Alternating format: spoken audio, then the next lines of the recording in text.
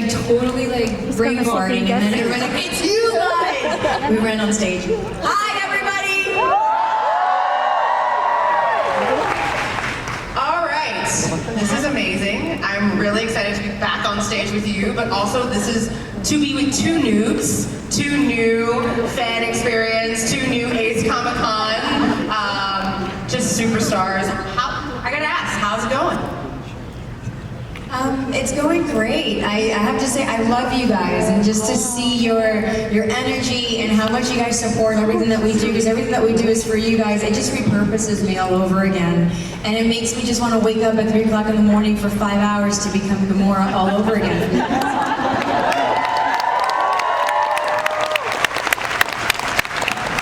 I feel like I'm auditioning a little bit. I'm hoping you guys give me the role. So, no, it's great. Oh, yeah. Right on, right? Really nice to be here. Thank you. So, all right, there's a little movie that has just been re-released. I think you guys know what it is. Avengers Endgame. You were in, but also you're in the universe. You had Captain Marvel this year. Congratulations. It has been re-released because. So this question is kind of for Zoe. It's kind of not. I love how you say because, and then there's like a dot afterwards. It's re-released because. So there's a little bit of a horse race going on. So I have to congratulate you for being in 2 of the globally top grossing movies of all time. And I feel like so you're a mother of twins, so I also feel like you understand having 2 babies there that you want to root for both of them, but it's like it's a win-win situation. It has to be. There's no Sophie's choice here. I'm proud of both movies, and and like I said, like I feel really caught in the middle. So I hope they keep like taking it from each other, you know. It's a really good middle to be caught in. It totally is. So for everyone here, you've now had an opportunity to see Endgame, and I asked this to the other panel yesterday. Endgame and the way Marvel does movies in such an articulate way, and we were talking about this, how nobody really knows the entire script, and nobody really knows everything that's happening until they sit down and watch the final product. What was your first reaction when you saw the final product, when you saw all this work come to a culmination? Well, I mean, there's 2 movies, right? So there's Endgame and there's Infinity War. I mean, there's a lot more movies than that. There's 20 more movies than that.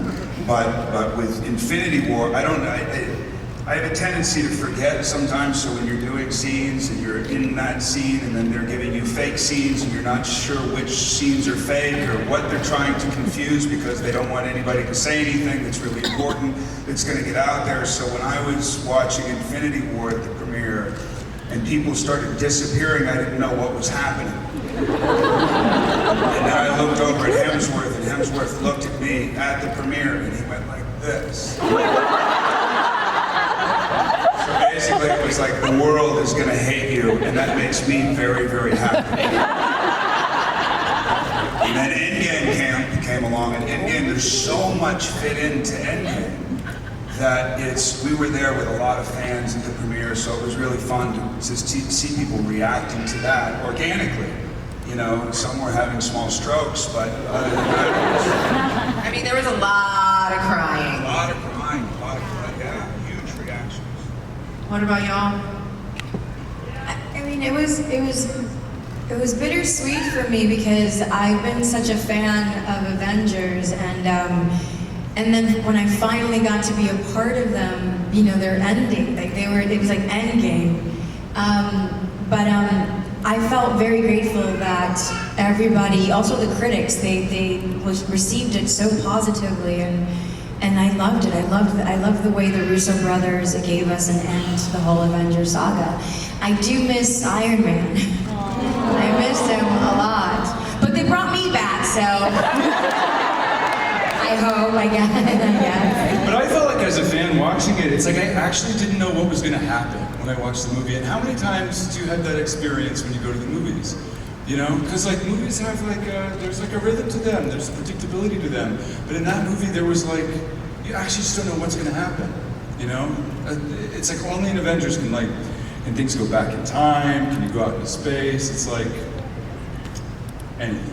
Doctor Strange just makes it all strange for us all the time. So do any of y'all, because I know you have, everyone kind of has a tradition. Y'all have all of you have long legacies of amazing movies and really iconic characters. Do you have a tradition that you have when you go see a movie for the first time, or even for a second time when it's not the premiere, with your family and loved ones? I mean, you mean like a large popcorn and a bag of Raisinets? Like, I mean, does that work? I mean, if that's your my tradition. ritual. that's my tradition. I always go to the bathroom before the movie starts. Very, very wise, particularly for Endgame. Very wise. Solid advice.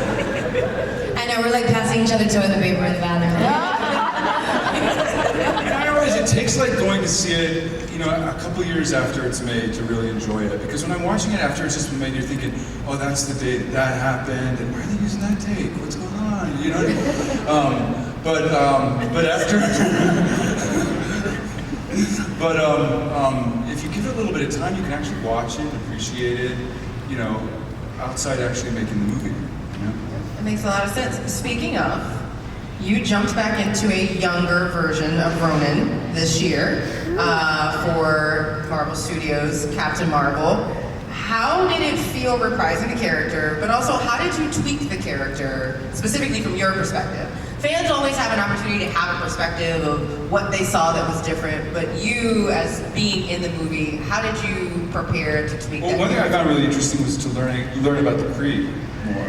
Because when the Guardians of the Galaxy, we saw Ronan as kind of a radical, kind of moving away from the Kree, and it was interesting to kind of learn about that society, kind of learn about how he fits into that world. But it was, you know, such a treat to come back. I was doing a play in New York at the time that was really punishing. And so I kind of flew out to LA on a Monday and, you know, shot a bunch of scenes, and it was just so nice to be not doing the play for a day and have a good time with this.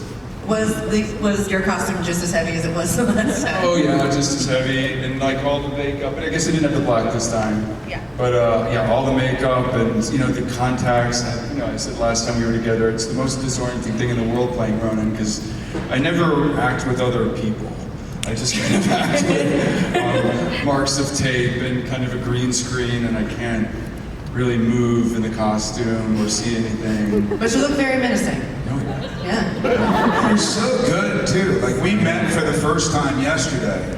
Yeah. And you were so soft-spoken, I was confused. And then I went back to my hotel room and I YouTubed you. I did. I'm not kidding. It's not like a funny joke, but and I YouTubed you, and then I watched our scenes together, and I was like, wow, man, he's really good. You should definitely pursue this. You know what? We were just saying earlier today that while we were shooting, we never saw each other. I never knew what you looked like. Yeah. Until right at the premiere. No, I did not. I was just like, oh, he's my brother? He looks mean. and then I see you at the premiere of Guardians, and I was like, oh my god, he is so cute. You know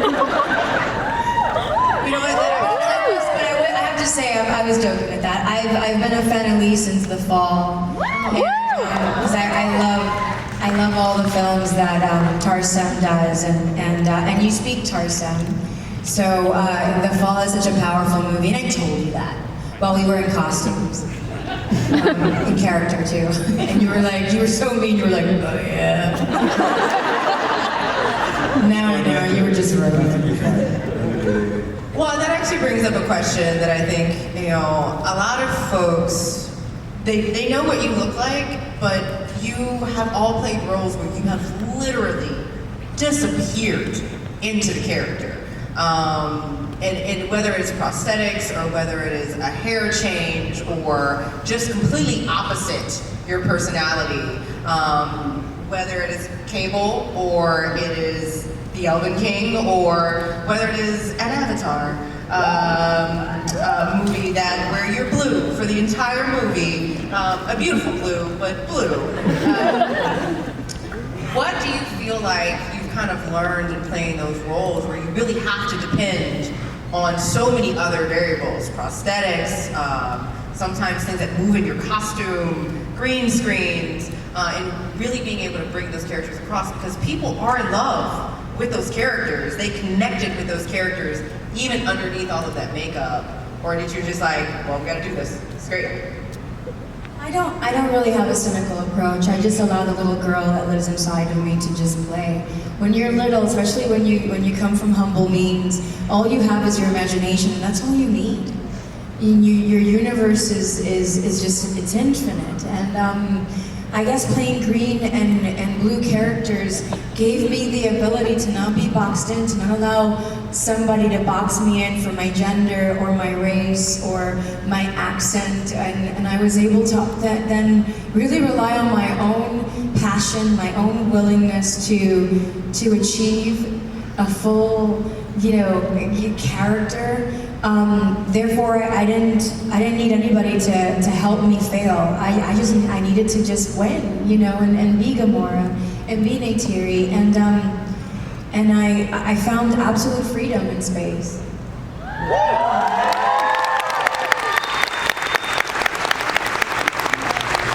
I don't even know how to follow up. We're done with the panel, guys.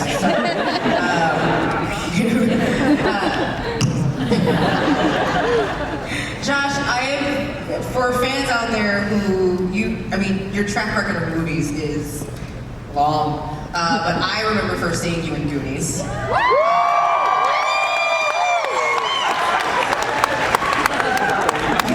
Only a couple of years ago. It just came out about 5 or 6 years ago. You're right. But each of your roles, although some of them have like this commonality of gruff and law enforcement, you played a lot of diversity in these roles. Like there is a breadth to the roles that you played. But Thanos, what drew you to the character, and did you find that there was anything challenging about kind of getting into a role of someone who isn't necessarily a villain? Isn't necessarily a good Yeah, but I person? think that comes afterwards. I think after you play it, you go into it, at least for me in this, you go into it, it's the villain. I mean, when I first said yes to this, I was doing Everest in London, and I had said no to a few of those bigger films, and I just didn't see myself in that at that moment. I was focused on other things. So when they came with this, and they said, we'll bring you a Bible, and he's purple, and he's the bad guy, and he's not an Avenger, and I was like, cool, I like it. Okay, so drop off the big Bible, and I looked at the Bible, and I was like, he's kind of weird looking, it's kind of different, but it was intended to be small. It was intended to be Guardians of the Galaxy, or I think Age of Ultron, or whatever. It was a small thing. And then they had this idea, but to me, like playing this thing was so much fun because, you would say that to an audience like this, you're going to say, no, I hated playing it, and all that. It's just kind of in with it. You buy the ticket and I tell you how great it was. You know what I mean? And it actually was great because when you act in these roles and you're tortured and characters and being on stage and all this kind of stuff, where this was like going back to like Lower East Side black box theater when you have no money. You're totally it's all imagination. You don't know what you're looking at. In a unitard. In a unitard. In a onesie. And who doesn't want to wear a onesie? Onesies are great. No, but it's true, and then sometimes the actors are there, and sometimes they're not, and sometimes you're doing it to nothing, and they're telling you, listen, the ship is doing this, and they're having to imagine it. So it's like being a kid again and reading Ray Bradbury books or Isaac Asimov books, and when your imagination was first set off for the first time as a kid, it's like reliving that all over again. So to me, this was like the greatest experience. I don't want to do it forever because I don't want to get used to it, because the experience itself was really, really special. And then you see how the movie turns out, and you're like, oh man. And then it's big, and then you go, oh man. And then all the people show up, and you go, oh man. It's good.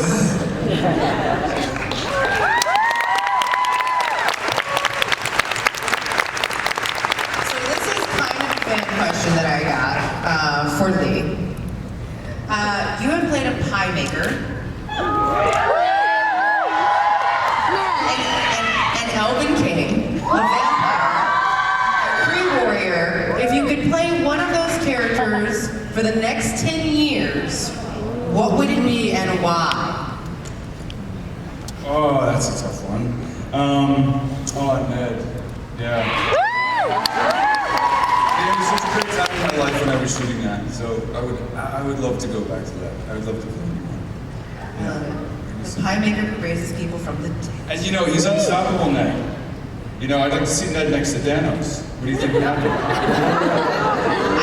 I mean, he's not much of a fighter, Ned, but you can be unlucky. If you're next to him. If you're not paying attention. So Josh, you